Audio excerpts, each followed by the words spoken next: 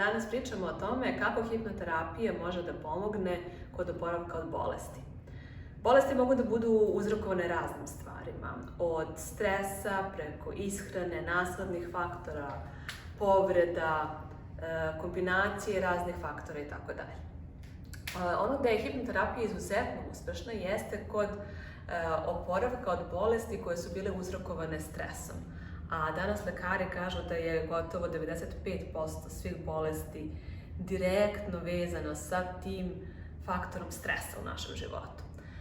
Jedan od primjera je recimo na slučaju stanovnika koji su živjeli u neposrednoj okolini aerodroma i bili su izloženi toj buci od poletanja i sletanja aviona. I radili su analizu, pitali su ih šta misle koliko vlada, piloti, air traffic control, koliko oni uopšte mare za njih, za te stanovnike koji žive tu i koji su izloženi tome. Oni stanovnici koji su verovali da vladu, pilote, aviosaobraćaj i aviokompanije baš briga za njih i za njihove živote, oni su beležili značajno veći nivo stresa i imali su lošiji kvalitet života. A oni koji su verovali da se sve ove institucije zaista trude da im pomognu, da rade sve što je moguće da se ta buka smanji, oni su, verovali ili ne, beležili manji nivo stresa. Kada su testirani, šta misle kolika je buka, ta buka je za njih bila manja, a živjeli su u istom okruženju.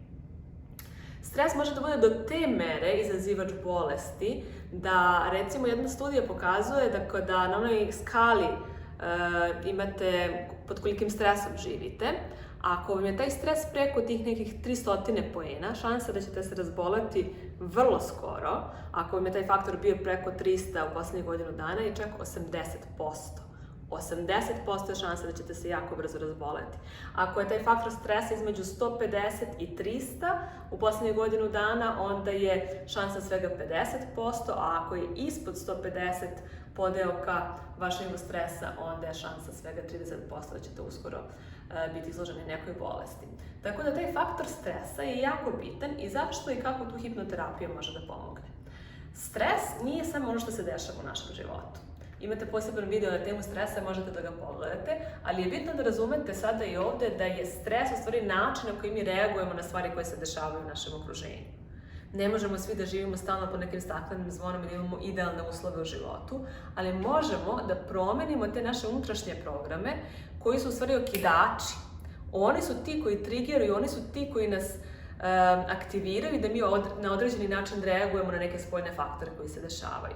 I kada te faktore reagovanja uspemo da uskladimo sa onim što su naši ciljevi, naše želje, sa tim kako želimo da se osjećamo, onda će naš odgovor na te stresne situacije da bude drugačiji.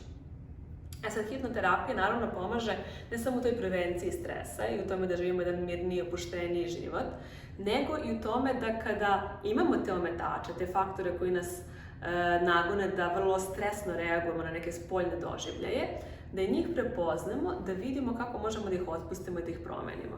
I hipnoterapija to radi jako efikasno, znači silazimo u taj podsvesni um, da ti programi su vrlo lako prepoznatljivi. Vi kao klijent komunicirate direktno sa tim programima, postoji čak jedna faza pregovora gde se dogovarate šta, kada, koliko se menja, koja će da bude neka test period, eventualno posle kojeg će se odlučiti da li se ide na krajnju promenu ili se još neko prilagođavanje pravi itd. Tako da je hipnoterapija sjajna i u tome da kada ste već započeli neku promenu, ali vam treba nešto da je osnažite, da je podržite i da je ustalite u svom životu, hipnoterapija je tu zaista od velike pomoći. Javite se, recite nam koji je vaš konkretan zdravstveni problem koji imate i mi ćemo vam napraviti jedan plan i biti potpuno iskreni sa vama i otvoreni šta je to što može da se postigne pomoću hipnoterapije. Vidimo se.